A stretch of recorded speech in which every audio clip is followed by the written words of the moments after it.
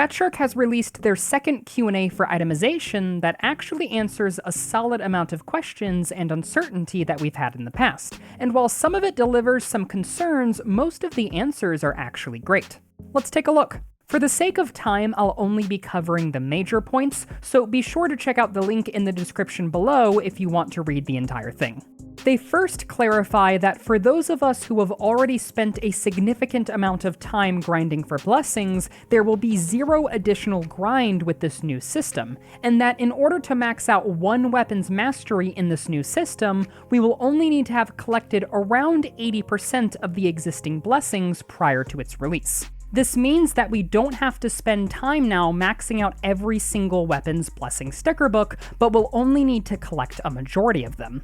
This is great news for those of us who already have a lot of time in the game and have already collected most or all of the Tier 3 and Tier 4 blessings, as they also clarify that these blessings will be weighted more than the Tier 1 and Tier 2 blessings when going into the new system. With this news, we won't have to waste time gathering the rest of the lower tier blessings, since we'll only need a small handful of them. Also, they say that we won't have to fully max out the mastery of a weapon in order to gain Tier 4 blessings, but we will be able to access those blessings before reaching the end of a weapon's mastery track. They also reiterate that we won't have to manually unlock all lower tier blessings to get the higher tier ones, but we will have to unlock a specific number of lower tier blessings to advance to the next tier. Think of how the Helldiver's Battle Pass works, where you have to buy 3 or 4 items on one page to advance to the next page, but you can buy whichever items on that page you want. They also make a pretty massive clarification regarding weapon marks within families. They say that as we are playing with a specific weapon within a family that has multiple marks, we will be able to change the weapon to another one of its marks freely at any time. They also say that when we are searching for a base weapon to craft with, we will not have to manually search for a separate weapon for each individual mark. This makes it sound as if whenever we change the mark of a weapon, say change a Mark 4 Claw Sword to a Mark 7 Claw Sword, the stats, blessings, and perks that we had on that original weapon will freely transfer over to the new mark for no extra cost. Assuming that when they say we can do this freely means that we can do this as often as we want without any cost, this means that we will only have to find a single weapon with a solid distribution of stats within a weapon's family, rather than having to find a separate weapon with a solid stat distribution for each individual mark. With the added information of us being able to change around perks and blessings as much as we want, this will significantly cut down on the grind as weapons are being condensed into much more manageable entities. If I want to find a Mark II combat axe to use, I no longer have to specifically search for a Mark II with a good stat spread. I can either find a Mark II and craft it into what I want, or I could find a Mark 8 or a Mark 5, add what blessings and perks I want for the Mark II variant, and then switch the weapon mark over to the Mark II for free. They do say that this entire system will allow for players to unlock the gameplay potential of a weapon faster as they can directly select the blessings they want from the start, but that it will take a bit longer to get to the Tier 4 blessings compared to how it is right now. In order to combat this though, they say that they are adding a sacrifice system. Essentially, you can sacrifice unwanted weapons to a specific weapon family in order to gain extra mastery experience for that family. Sacrificing a weapon that is in the same weapon family will grant bonus XP, but we will be able to freely sacrifice any weapon to any weapon family. This in turn will not only help reduce the grind for new weapons in the future, since you can presumably stockpile trash weapons to mass sacrifice for a big boost of mastery experience on day 1, but this also allows people to gain mastery experience for weapons they don't want to directly play with. This will be especially fantastic if weapons still require certain blessings to properly function, as it will allow newer players who make a mistake when picking blessings to not have to suffer for their mistake.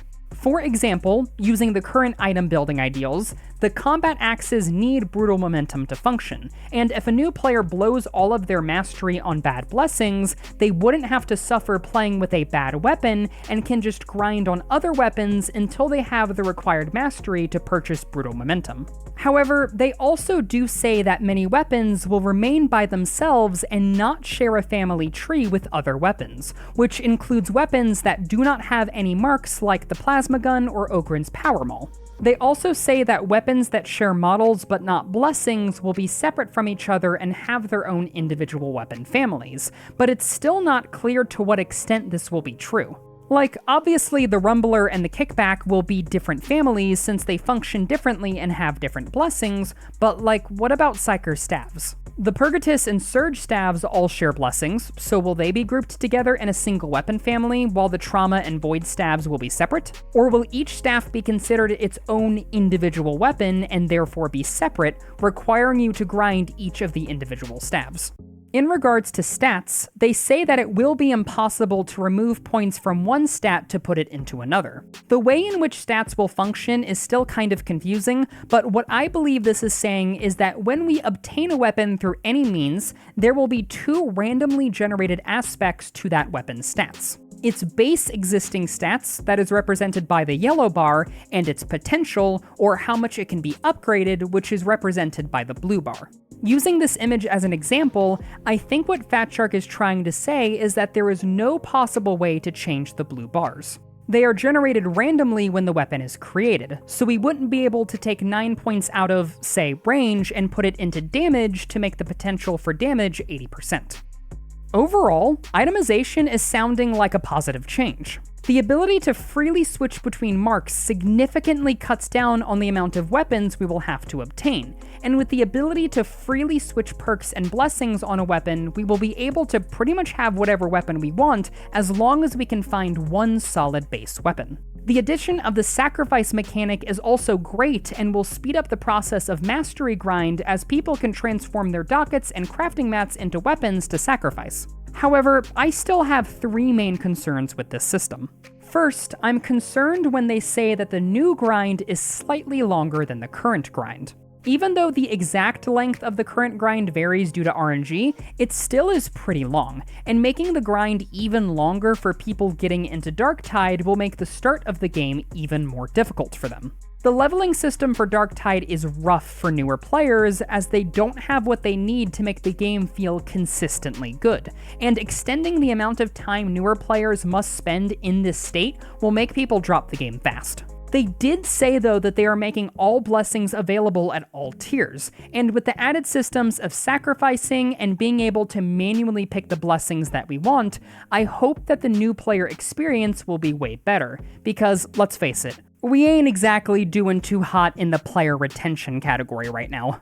Second, the way in which weapons are separated in weapon families via similar blessings is still largely unclear. Do weapons have to share 100% of their blessings to be put in the same weapon family? What about weapons like Trauma and Void Staff, which have 100% identical blessings except for Rending Shockwave on the Trauma Staff? The entire idea of grouping weapons based on blessings also pretty much condemns Ogryn weapons to be in their own separate group, which continues to perpetuate the problem that Ogryn requires an entirely separate grind from the other three classes that many simply don't want to do, which I believe is the main reason we don't see many Ogryns compared to other classes.